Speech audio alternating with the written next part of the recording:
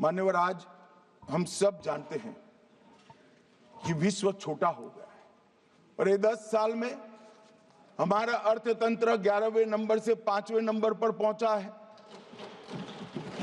पूरी दुनिया के अर्थतंत्रों की सूची में भारत एक ब्राइट स्पॉट बनकर उभरा है। भारत मैन्युफैक्चरिंग का हब बनने जा रहा है।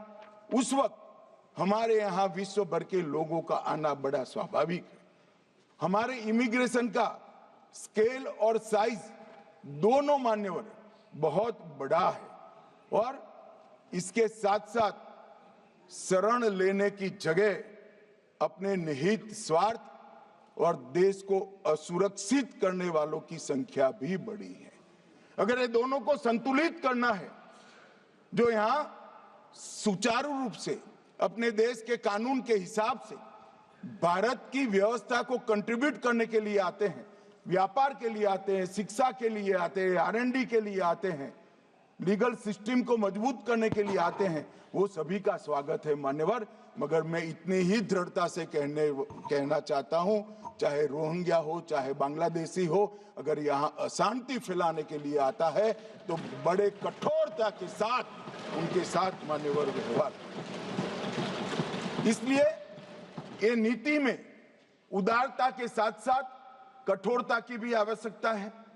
हृदय में करुणा, संवेदना और देश के खतरों के प्रति सजगता दोनों रखकर, एक साथ रखकर ये नीति बनाई गई है। और ये दृढ़ प्रवासन नीति जो है हमारी मान्यवर, आज ये लेकर मैं आपके सामने उपस्थित हुआ हूं। मान्यवर, हम सब जानते हैं नरेंद्र मोदी जी के 2 बड़े संकल्प हैं, जो केवल भारतीय जनता पार्टी के नहीं, केवल एनडीए के नहीं, देश की 130 करोड़ की जनता के संकल्प बने हैं। पहला संकल्प है 2027 तक विश्व की तीसरी सबसे बड़ी अर्थव्यवस्था बनना और दूसरा संकल्प है 2047 तक पूर्ण विकसित राष्ट्र बनना। मान्यवर, मैं मानता हूं कि दोनों ही लक्ष्यों की पूर्ति के लिए सरल, सुदृढ़ और समसामयिक कानून की व्यवस्था अनिवार्य है और इसीलिए हमने ढेर सारे कानून, ऐतिहासिक बिल इस सदन में 10 साल में आए। 3 नए आपराधिक कानूनों को इस सदन ने पारित किया, सीए के कानून को पारित किया, 39,000 कॉम्प्लायंस को खत्म कर ईज ऑफ डूइंग बिजनेस की वृद्धि के कानून को हमने पारित किया, आईबीसी के कोड 2016 बैंक मर्जर, उसके माध्यम से एनपीए को समाप्त करा।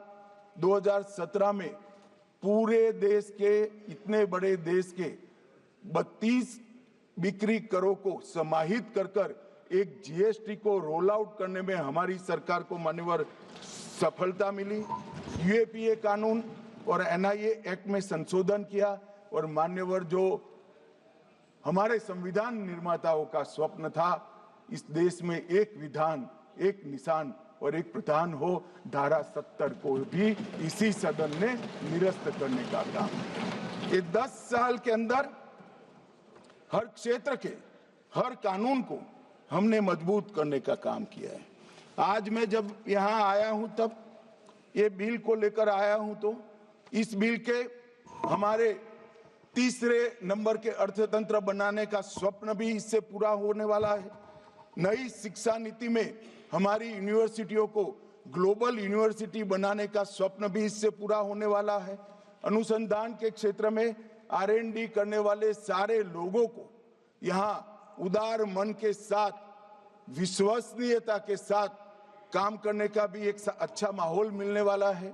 इस देश को विश्व भर में खेलों का एक उत्कृष्ट केंद्र बनाने का स्वप्न भी पूरा होने वाला है।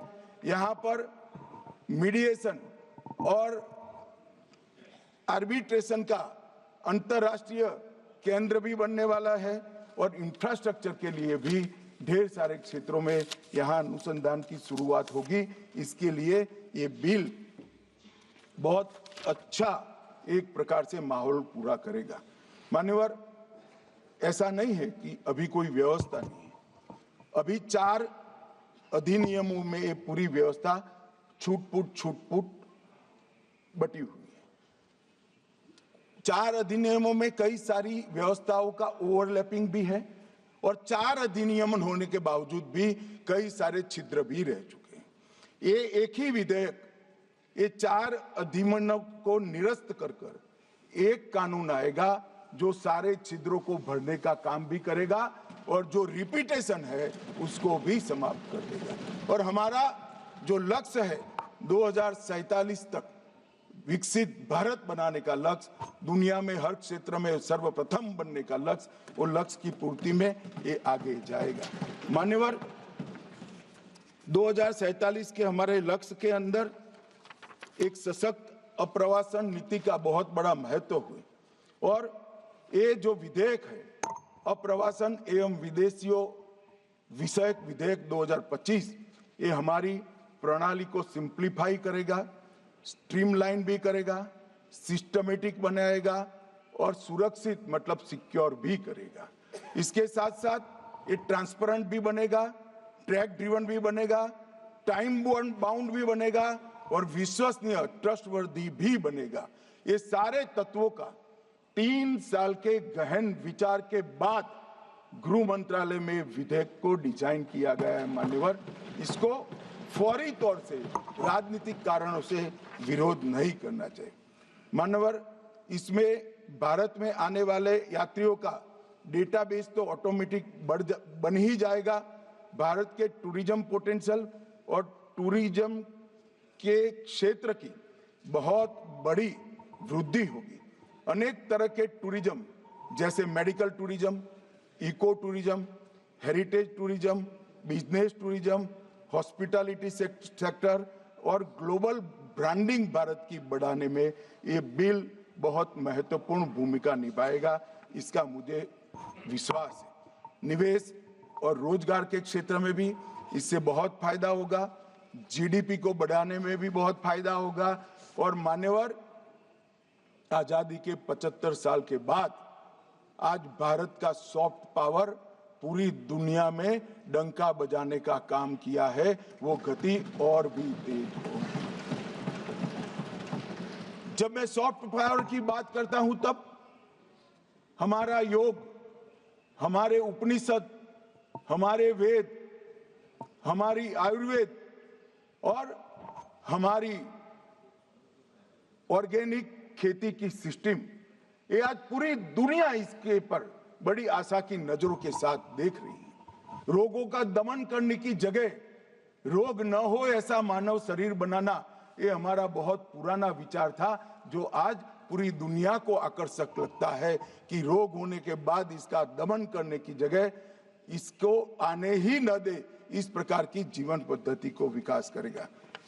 सुरक्षा के दृष्टिकोण से विदेश से ड्रग कार्टेल, घुसपैठियों की कार्टेल और हथियारों का और एक प्रकार से देश के अर्थतंत्र को खोखला करने वाला हवाला व्यापार करने वाले, ये सभी को इसके अंदर हम समाप्त करने की भी व्यवस्था एक प्रकार से करेंगे।